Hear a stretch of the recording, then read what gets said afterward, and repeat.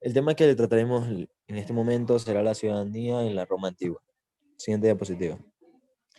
La ciudadanía romana tenía una serie de privilegios que podían concederse a muchas personas. Los hombres libres se distinguen entre los ciudadanos romanos y no ciudadanos.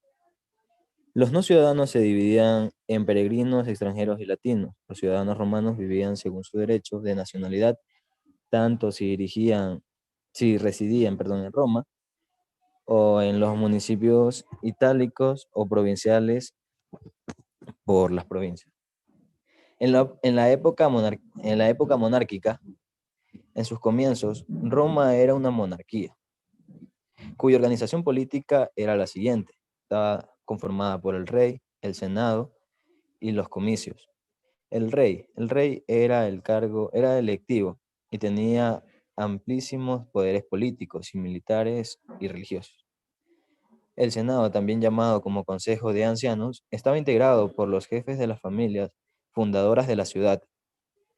Asesoraban al rey y asumían el gobierno en periodos de transición entre la muerte del rey y la elección del sucesor. Y los comicios o asamblea del pueblo tenían ciertas funciones legislativas y judiciales. También elegían a propuestas del Senado.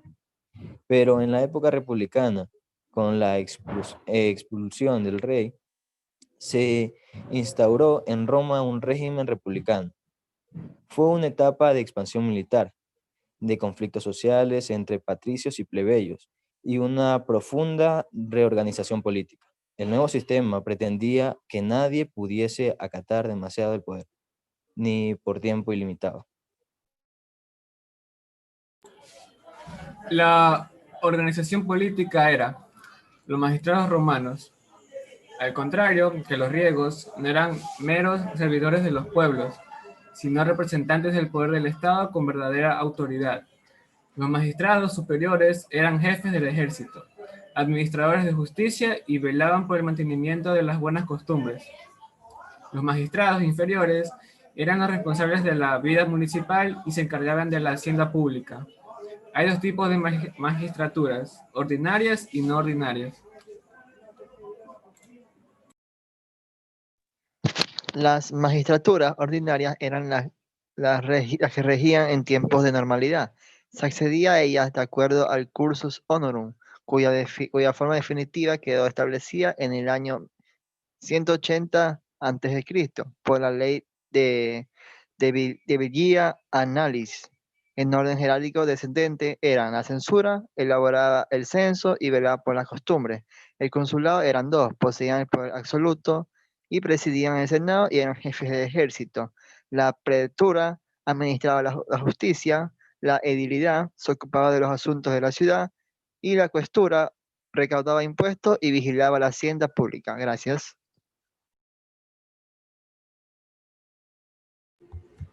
Las características comunes de la magistratura ordinaria eran la colegialidad, eran ejercidas a la vez por más de una persona, dos por regla general, cada una de las cuales tenía la facultad de estar intercesio las decisiones de la otra, facultad negativa ya que solo implicaba paralizar la actividad del colega.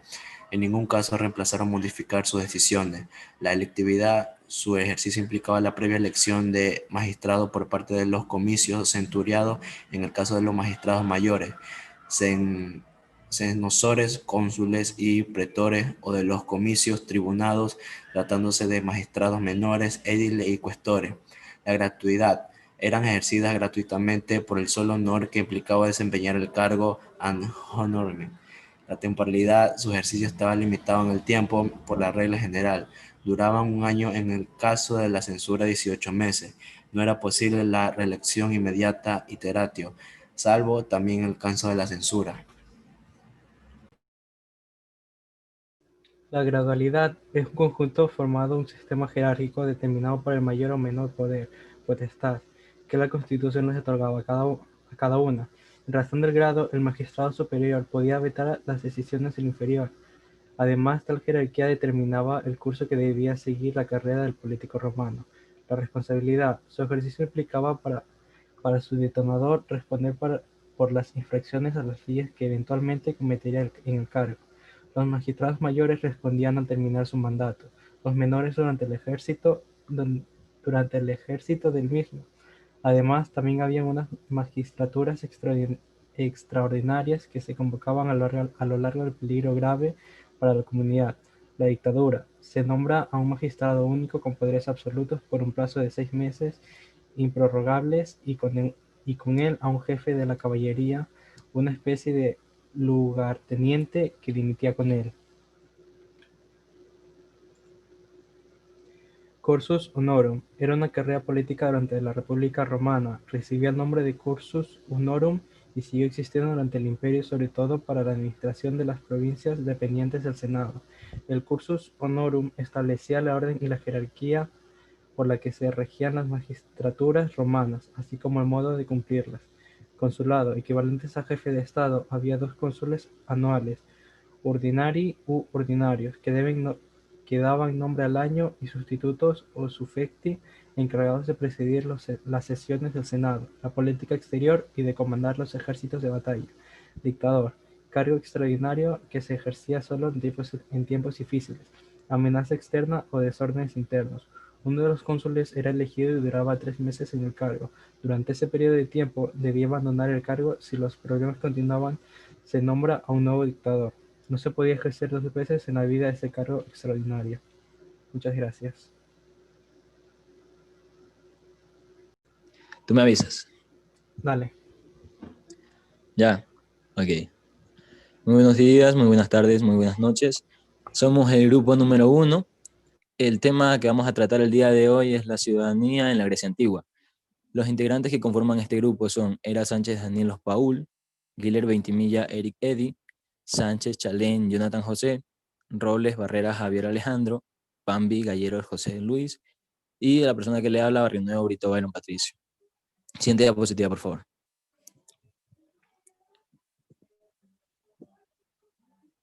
Ok.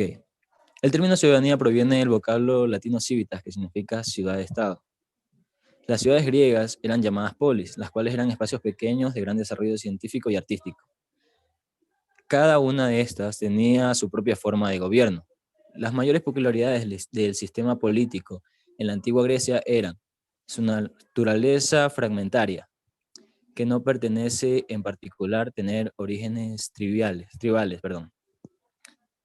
la centralización del poder en centros urbanos dentro de estados pequeños. Las rarezas del sistema griego son más evidentes en las colonias de los griegos establecieron alrededor del mar Mediterráneo, aunque cada una podía considerar una cierta polis griega como su madre, o sea, mantenerse amable o parcial con ella. Eran eternamente independientes a la ciudad que la fundó. Gracias.